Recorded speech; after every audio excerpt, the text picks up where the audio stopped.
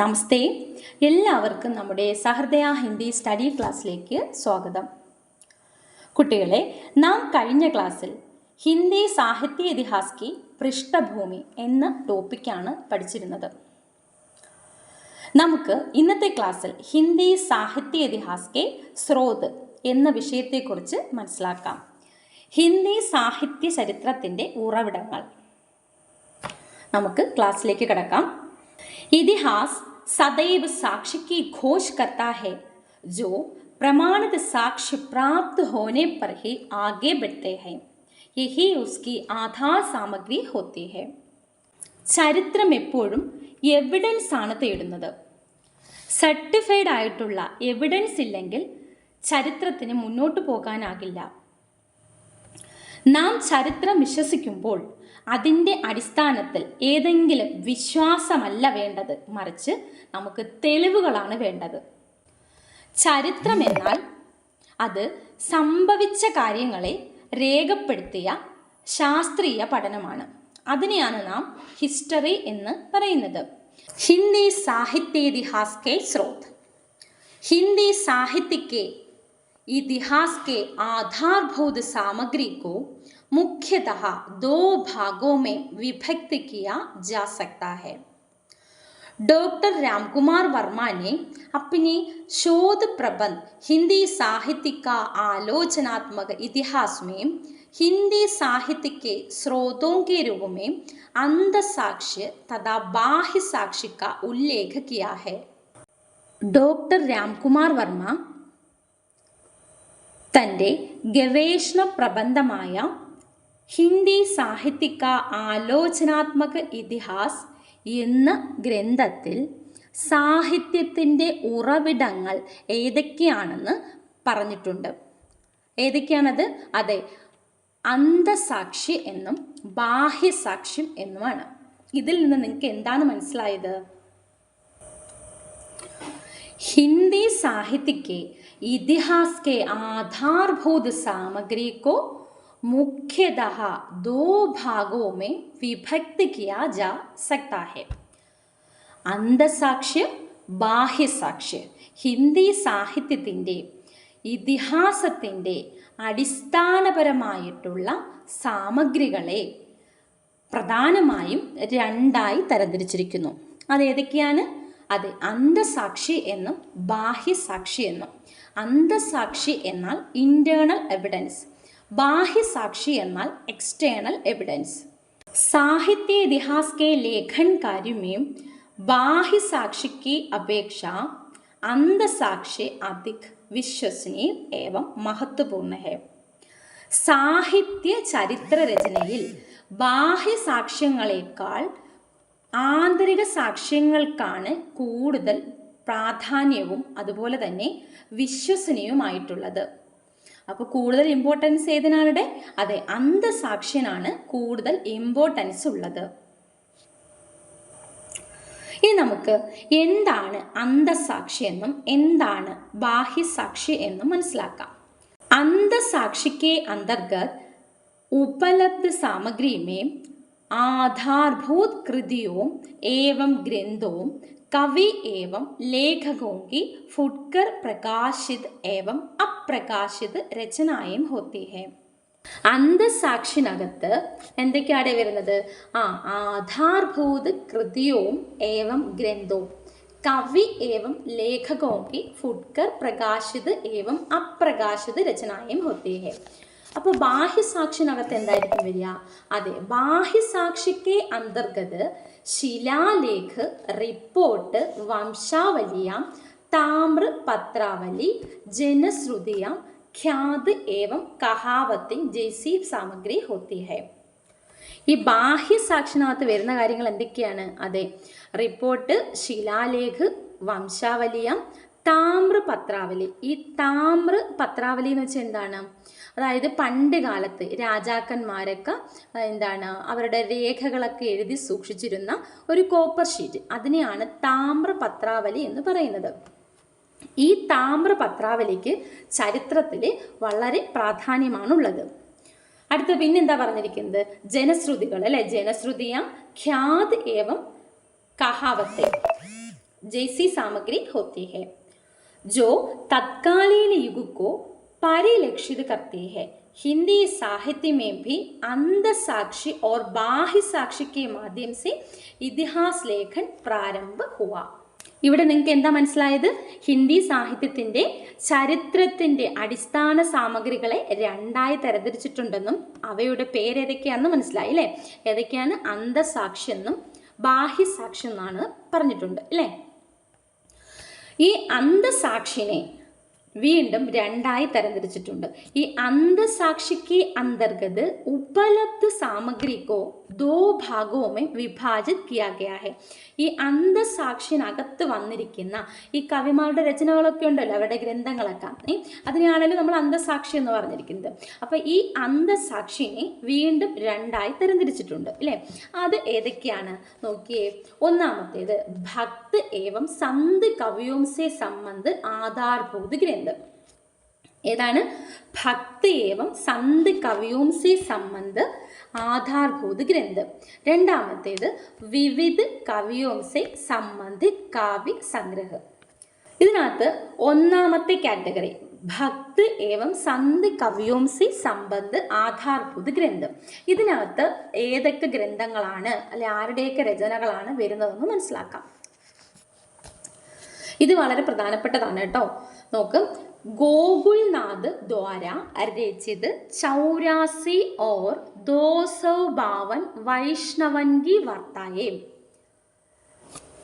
ഏറ്റവും പ്രധാനപ്പെട്ടതാണ് ഗോകുൽനാഥ് ദ്വാര രചിത് 84 और 252 വൈഷ്ണവൻ की വാർത്തായെ.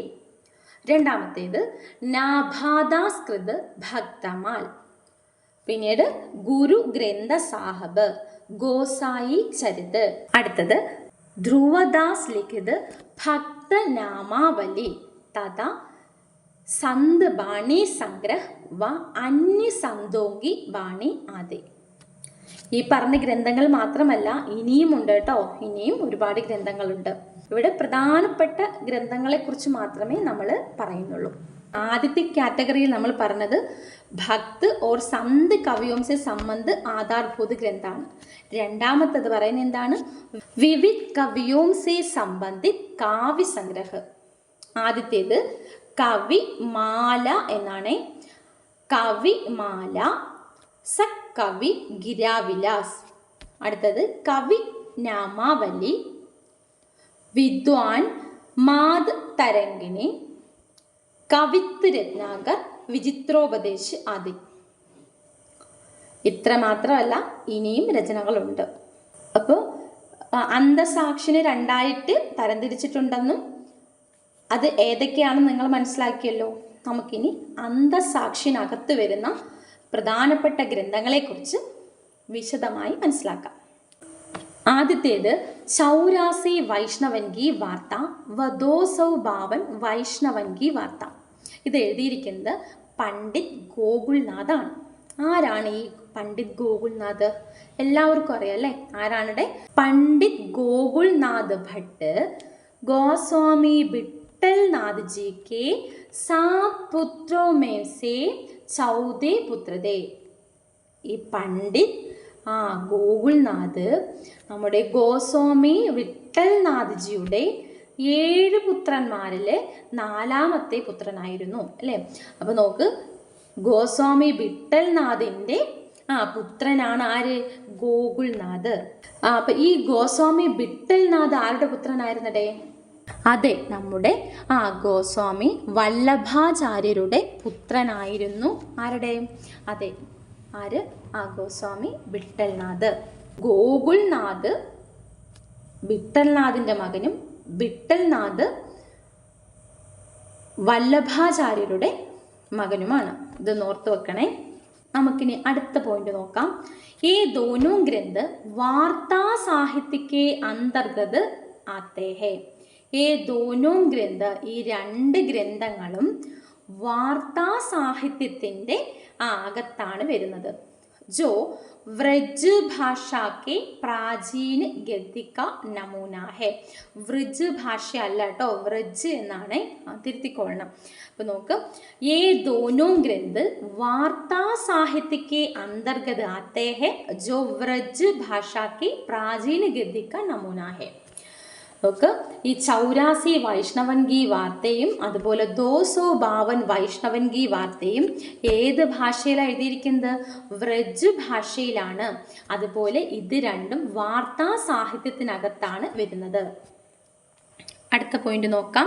84 वैष्णवन की वार्ता में महाप्रभु वल्लभाचार्य के 84 शिष्यों का जीवन वृत्त मिलता है. 84 വൈഷ്ണവൻ കി വാർത്ത എന്ന ഗ്രന്ഥത്തിലെ മഹാപ്രഭു വല്ലഭാചാര്യരുടെ 84 ശിഷ്യന്മാരെ കുറിച്ചുള്ള വിവരണമാണ് നമുക്ക് കിട്ടുന്നത്. 252 वैष्णवन की वार्ता में गोस्वामी विट्ठलनाथ जी के 252 शिष्यों का जीवन परिचय मिलता है. രണ്ടാമത്തെ പോയിന്റ് എന്താണ്? അതെ, 252 വൈഷ്ണവൻ കി വാർത്ത എന്ന ഗ്രന്ഥത്തിൽ ഗോസ്വാമി വിട്ടൽനാഥിൻ്റെ 252 ശിഷ്യന്മാരെ കുറിച്ചുള്ള വിവരങ്ങളാണ് നമുക്ക് ലഭിക്കുന്നത്. അടുത്ത പോയിന്റ്, पुष्टि मार्गी भक्तों और कृष्ण भक्ति साहित्य को जानने का महत्वपूर्ण स्रोत है. അതുപോലെ തന്നെ ഈ 84 വൈഷ്ണവൻ കി വാർത്തയും അതുപോലെ 252 വൈഷ്ണവൻ കി വാർത്ത ഇത് രണ്ടും പുഷ്ടിമാർഗിലെയും അതുപോലെ തന്നെ കൃഷ്ണഭക്തി സാഹിത്യത്തേക്ക് മനസ്സിലാക്കാനുള്ള വളരെ പ്രധാനപ്പെട്ട ഒരു സ്രോതസ്സാണ് ഈ രണ്ട് ഗ്രന്ഥങ്ങളും. ഓർത്തിരിക്കുക, വല്ലഭാചാര്യരുടെ പുത്രനാണ് വിട്ടൽനാഥ്, വിട്ടൽനാഥിൻ്റെ പുത്രനാണ് ഗോകുൽനാഥ്. അതുപോലെ തന്നെ പുഷ്ടിമാർഗ് വല്ലഭ സമ്പ്രദായം ഇതിൻ്റെ പ്രചാരകൻ ആരായിരുന്നതേ? അതെ, നമ്മുടെ വല്ലഭാചാര്യരാണ്. അതുപോലെ ഗോസ്വാമി വിട്ടൽനാഥ് അഷ്ടജാബിൻ്റെ സ്ഥാപകനാണ്. ഇതൊക്കെ ഒന്ന് ഓർത്തു വയ്ക്കണം കേട്ടോ. നമുക്കിനി അടുത്ത രചന നോക്കാം. ഭക്തമാൽ सन 1585 ईस्वी. इसका रचनाकार है नाभादास. भक्तमाल में नाभादास ने 200 भक्त कवियों का जीवन परिचय दिया है. यह भक्तकालीन भक्तों के संबंध में प्रामाणिक रचना मानी जाती है. यह व्रज भाषा में लिखी गई है. ഭക്തമാലില് നാഭാദാസ് 200 ഭക്ത കവിമാരെ കുറിച്ചാണ് പ്രതിപാദിച്ചിട്ടുള്ളത്. യഹ് ഭക്തികാലീന ഭക്തോങ്കി സംബന്ധമേ പ്രാമാണിക രചന മാനി ജാതി ഹെ. ഈ ഭക്തമാൽ എന്ന രചന ഭക്തികാലത്തിലെ ഭക്ത കവിമാരെ സംബന്ധിച്ചിട്ടുള്ള ഏറ്റവും ഇമ്പോർട്ടൻസ് ആയിട്ടുള്ള ഏറ്റവും നല്ല തെളിവായിട്ടാണ് ഇതിനെ കണക്കാക്കുന്നത്. ഇത് വ്രജ് ഭാഷയിലാണ് എഴുതിയിട്ടുള്ളത്. യഹ് വ്രജ് ഭാഷാമേ ലിഖി ഹെ. ഈ ഭക്തമാല് ഏത് ഭാഷയിലാണ് എഴുതിയിരിക്കുന്നത്? അതെ, വ്രജ് ഭാഷയിലാണ്. നമുക്കിനി അടുത്ത പോയിന്റ് നോക്കാം. നാഭാദാസ് അഗ്രദാസ് ജി കെ ശിഷ്യതേ. ഈ നാഭാദാസ് അഗ്രദാസിൻ്റെ ശിഷ്യനായിരുന്നു. നമുക്കിനി അടുത്ത പോയിന്റ് നോക്കാം. പ്രിയാദാസിനെ ഭക്തമാൽ पर रसबोधिनी नाम से एक टीका लिखी गई है. പ്രിയദാസ് രസബോധിനി എന്ന പേരിൽ ഭക്തമാലിനെ പറ്റി ഒരു ടീക്ക എഴുതിയിട്ടുണ്ട്. ഈ ഭക്തമാൽ വളരെ പ്രധാനപ്പെട്ടതാണ്. ഭക്ത കവിയോं के विषय में जानकारी देने वाली पहली पुस्तक है भक्तमाल. तीसरी महत्वपूर्ण ग्रंथ है കാളിദാസ് ഹജാര. ഈ കാളിദാസ് ഹജാര എന്ന് കേൾക്കുമ്പം ആരുടെയെങ്കിലും പേരാണ് എന്ന് വിചാരിക്കരുത്. ഇതൊരു കവിവൃത്ത് സംഗ്രഹമാണ്. എന്താണ്? കാവ്യ സമാഹാരമാണ് കേട്ടോ. ഇത് എഴുതിയിരിക്കുന്നത് കാളിദാസ് ത്രിവേദിയാണ്. ആരാ എഴുതിയത്? കാളിദാസ് ത്രിവേദി. കാളിദാസ് ഹസാര എന്ന ഗ്രന്ഥം കാളിദാസ് ത്രിവേദിയാണ് എഴുതിയിരിക്കുന്നത്. യഹ് എക്ക് കാവ്യവൃത്ത് ഗ്രന്ഥ ഹെ. ഇതൊരു കാവ്യ സമാഹാരമാണ്, വലിയൊരു കാവ്യ സമാഹാരമാണ്. इसमें 212 कवियों के 1000 पद्य संकलित है. शिव सिंह सिंगर ने कवियों के काल निर्णय एवं उदाहरण इसी ग्रंथ से लिए हैं. കാളിദാസ് ഹജാര എന്നത് കാളിദാസ് ത്രിവേദിയുടെ ഒരു പ്രസിദ്ധമായ രചനയാണ്. കാളിദാസ് ഹജാര എന്നത് ഒരു കാവ്യ സമാഹാരമാണ്. ഇതിനകത്ത് 212 കവിമാരുടെ 1000 പദ്യങ്ങളാണ് ഇതിനകത്തുള്ളത്. ശിവസിംഹ് സിംഗറിനെ കവിയോं के काल निर्णय एवं उदाहरण इसी ग्रंथ से लिए है. നമ്മുടെ ശിവസിംഹ സിംഗർ കവിമാരുടെ കാലനിർണ്ണയം നടത്താൻ വേണ്ടിയിട്ട് ആശ്രയിച്ചിരിക്കുന്ന പുസ്തകം ഏതാണടെ? ഏത് പുസ്തകത്തെ ആശ്രയിച്ചത്? അതെ, കാളിദാസ് ഹജാരയാണ് ആശ്രയിച്ചിരിക്കുന്നത്. ഇത് വളരെ വളരെ പ്രധാനപ്പെട്ട ഒരു പോയിന്റാണ്. ശിവസിംഹ് സരോജ് കാ പ്രേരക് ഓർ ആധാർ ഗ്രന്ഥ് കോൺസാ ഹെ. ഇത് മിക്ക എക്സാമിനും ചോദിച്ചിട്ടുണ്ട് കേട്ടോ. നോക്ക്, ശിവസിംഹ് സരോജ് കാ പ്രേരക് ഓർ ആധാർ ഗ്രന്ഥ് കോൺസാ ഹെ. ഏതാണടെ? കാളിദാസ് ഹജാര. ശിവസിംഹ് സരോജ് അല്ലേ, നമ്മുടെ ശിവസിംഹ് സിംഗർ ശിവസിംഹ് സരോജ് എന്ന ഗ്രന്ഥം എഴുതാൻ പ്രചോദനമായ ഗ്രന്ഥം ഏതാണ്? കാളിദാസ് ഹജാര. അടുത്തൊരു സ്റ്റേറ്റ്മെന്റ് ശ്രദ്ധിക്കുക, വളരെ പ്രധാനപ്പെട്ടതാണ്. കവിയോं के काल आदि के निर्णय में यह ग्रंथ बड़ा उपयोगी है. ഇങ്ങനൊരു സ്റ്റേറ്റ്മെന്റ് പറഞ്ഞ ആരാ? ആചാര്യ രാമചന്ദ്ര ശുക്ല. कवियों के काल आदि के निर्णय में यह ग्रंथ बड़ा उपयोगी है. यह किसने कहा? ആചാര്യ രാമചന്ദ്ര ശുക്ല. ഈ ഒരു പോയിന്റ് ഓർത്തു വെക്കുക. ഇതും വളരെ പ്രധാനപ്പെട്ട ഒരു പോയിന്റാണ് കേട്ടോ.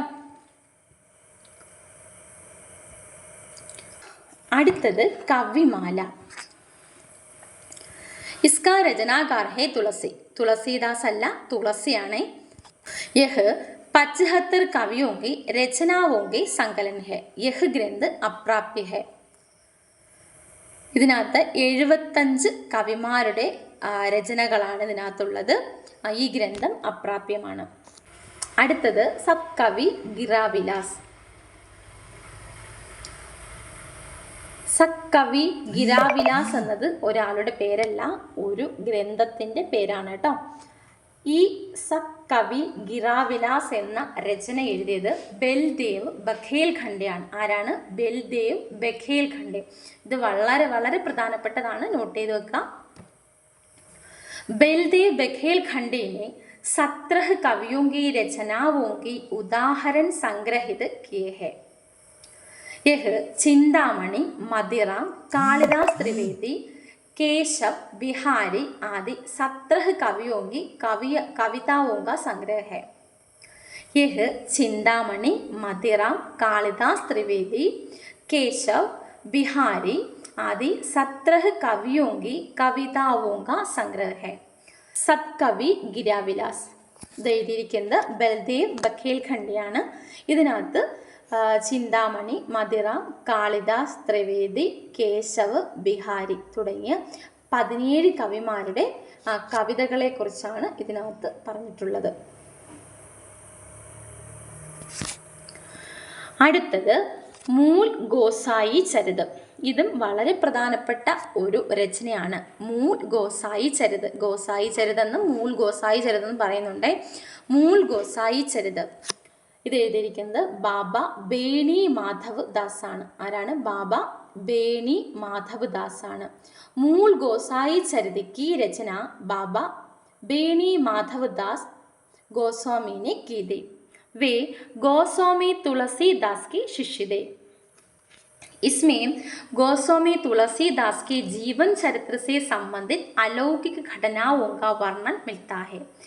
यह अमृतलाल नागर रचित उपन्यास मानस का हंस का मूल आधार भी है. ശ്രദ്ധിക്കുക, മൂൽ ഗോസായി ചരിത് ഇത് എഴുതിയിരിക്കുന്നത് ബാബ ബേണി മാധവ് ദാസ് ഗോസ്വാമിയാണ്. മൂല ഗോസായി ചരിത എഴുതിയിരിക്കുന്നത് ബാബ ബേണി മാധവദാസ് ആണ്. വേ ഗോസ്വാമി തുളസിദാസ് കെ ശിഷ്യദേവ്. ഈ ബാബ ബേണി മാധവദാസ് ആരായിരുന്നു? നമ്മുടെ തുളസിദാസിന്റെ ശിഷ്യനായിരുന്നു. इसमें गोस्वामी तुलसीदास के जीवन चरित्र से संबंधित अलौकिक घटनाओं का वर्णन मिलता है. ഈ മൂല ഗോസായി ചരിതത്തിനകത്ത് നമ്മുടെ ഗോസ്വാമി തുളസിദാസിനെ കുറിച്ചുള്ള എല്ലാ വിവരങ്ങളും നമുക്ക് കിട്ടുന്നുണ്ട്. അമൃതലാൽ നാഗർ രചിത് ഉപന്യാസ് മാനസിക ഹംസിക മൂല ആധാർ भी है. ശ്രദ്ധിക്കുക, അമൃതലാൽ നാഗർ എഴുതിയ ഉപന്യാസമാണ് മാനസിക ഹംസ്. മാനസിക ഹംസ് എന്ന ഉപന്യാസം അമൃതലാൽ നാഗർ എഴുതിയിരിക്കുന്നത് മൂല ഗോസായി ചരിത് എന്ന ഗ്രന്ഥത്തിൻ്റെ അടിസ്ഥാനത്തിലാണ്. ആ ഗ്രന്ഥത്തെ ആധാരമാക്കിയാണ് എന്തെഴുതിയിരിക്കുന്നത്? മാനസിക ഹംസ് എഴുതിയിരിക്കുന്നത്. ഇതൊരു ഉപന്യാസമാണ്, എഴുതിയത് അമൃതലാൽ നാഗറാണ്. ഇവിടെ ശ്രദ്ധിക്കേണ്ട മറ്റൊരു പോയിന്റ് ഉണ്ട്. രഘുവീർ സിംഹും ഇതുപോലെ ഗോസായി ചരിത് എന്ന ഒരു ലഘുകൃതി എഴുതിയിട്ടുണ്ട്. ആരാണ്? രഘുവീർ സിംഹ്. രഘുവീർ സിംഹിനെ ഭി ഗോസായി ചരിത് की രചന की है. ഗോസായി ചരിത് എന്ന പേരിൽ ഒരു ലഘുകൃതി ആരെഴുതിയിട്ടുണ്ട്? രഘുവീർ സിംഹ് എഴുതിയിട്ടുണ്ട്. അപ്പോൾ ഇത്രയും കാര്യങ്ങൾ മനസ്സിലായല്ലോ അല്ലേ? നമുക്കിനി അടുത്ത പോയിന്റ് നോക്കാം. അടുത്ത പ്രധാനപ്പെട്ട ഗ്രന്ഥമാണ് ഗുരു ഗ്രന്ഥ് സാഹിബ്. इसका रचनाकार है गुरु अर्जुन देव. इस ग्रंथ में हिंदी के 15 संतों या भक्त कवियों के पदों का संकलन है जो निम्न है: शेख भरे, जयदेव, नामदेव, त्रिलोचन, संत रैदास, संत धन्या, संत पीपा, संत सैना, संत सदना, संत भीकन, संत बेनी, രാമാനന്ദ്, പരമാനന്ദ്, കബീർദാസ്, സൂർദാസ് ആദി. നമുക്കിനി അടുത്ത പ്രധാനപ്പെട്ട ഗ്രന്ഥം നോക്കാം. അടുത്ത ഏതാണ്? അലങ്കാർ രത്നാകർ. അലങ്കാർ രത്നാകർ എന്ന ഗ്രന്ഥം എഴുതിയിരിക്കുന്നത് 2 പേരാണ് കേട്ടോ. ഇസ്മേ ദോ ലോഗ് ഹെ. ആരൊക്കെയാണത്? ദളപതി വിജയ് ഓർ വംശീധർ. ദളപതി വിജയും വംശീധരും കൂടെ ചേർന്ന് എഴുതിയ ഗ്രന്ഥമാണ് അലങ്കാർ രത്നാകർ. വളരെ പ്രധാനപ്പെട്ടതാണ്, ഓർത്തു വെക്കുക. इसमें 44 कवियों का नाम उल्लेख किया है. यह महाराजा जसवंत सिंह के भाषा भूषण की टीका के रूप में അലങ്കാരോं के स्वरूप निरूपण हेतु रचा गया था. ഇത് വളരെ പ്രധാനപ്പെട്ട പോയിന്റ് ആണ് കേട്ടോ. മഹാരാജ് ജസവന്ത് സിംഹിന്റെ രചനയാണ് ഭാഷാഭൂഷൺ. ഇതിന്റെ ടീക്ക എന്ന രൂപത്തിലാണ് ഏത് എഴുതിയിരിക്കുന്നത്? നമ്മുടെ ഈ അലങ്കാർ രത്നാകർ എഴുതിയിരിക്കുന്നത്. ഇത് 2 പേരാണ് എഴുതിയിരിക്കുന്നത്, ദളപതി വിജയ് ഓർ വംശീധർ. അടുത്തത് കാവ്യ നിർണയം. ഇത് എഴുതിയിരിക്കുന്നത് കവി ഭിഖാരിദാസ് ആണ്. കവിത്ത് രത്നാകർ എഴുതിയിരിക്കുന്നത് മാതാദീന് മിശ്രാണ്. കവിത്ത് രത്നാകർ എഴുതിയത് മാതാദീന് മിശ്രാണ്. മാതാദീന് മിശ്ര രചിത് കവിത്ത് രത്നാകർ में 20 കവിयों का കാവ്യ സംഗ്രഹ है. ഈ കവിത്ത് രത്നാകറിനകത്ത് 20 കവിമാരെ കുറിച്ചാണ് പറഞ്ഞിട്ടുള്ളത്. അടുത്തത് ശൃംഗാർ സംഗ്രഹ്, കവി സർദാർ. ശൃംഗാർ സംഗ്രഹ് എഴുതിയതാരാണ്? കവി സർദാർ ആണ്. कवि सरदार का संग्रह है श्रृंगार संग्रह. इसमें श्रृंगारी कवियों का उल्लेख है. അടുത്ത പോയിന്റ് നോക്കാം. സുന്ദരി തിലക്. ഈ സുന്ദരി തിലക് എന്ന രചന ആരുടെയാണ്? അതെ, ഭാരതേന്ദു ഹരിശ്ചന്ദ്രന്റെ ആണ്. സുന്ദരി തിലക് എന്ന രചന ഭാരതേന്ദു ഹരിശ്ചന്ദ്രന്റെ ആണ്. അടുത്തത് സാർ സംഗ്രഹ്. സാർ സംഗ്രഹ് എഴുതിയിരിക്കുന്ന ആരാണ്? പ്രവീൺ കവിയാണ്. 150 കവിയോं की രചനാओं का संग्रह है सार संग्रह. ഇത്രയും കാര്യങ്ങൾ നിങ്ങൾക്ക് മനസ്സിലായോ? ഹിന്ദി സാഹിത്യ ചരിത്രത്തിൻ്റെ ഉറവിടങ്ങളെക്കുറിച്ചാണ് നാം ഇന്നത്തെ ക്ലാസ്സിൽ മനസ്സിലാക്കിയത്. ഇവയെല്ലാം നിങ്ങൾക്ക് മനസ്സിലായി കാണും എന്ന് കരുതുന്നു. ഹിന്ദി സാഹിത്യക്ക് ഇതിഹാസ് ലേഖൻ കി പരമ്പര എന്ന ടോപ്പിക്കുമായി നമുക്ക് അടുത്ത ക്ലാസ്സിൽ വീണ്ടും കാണാം. ധന്യവാദ്.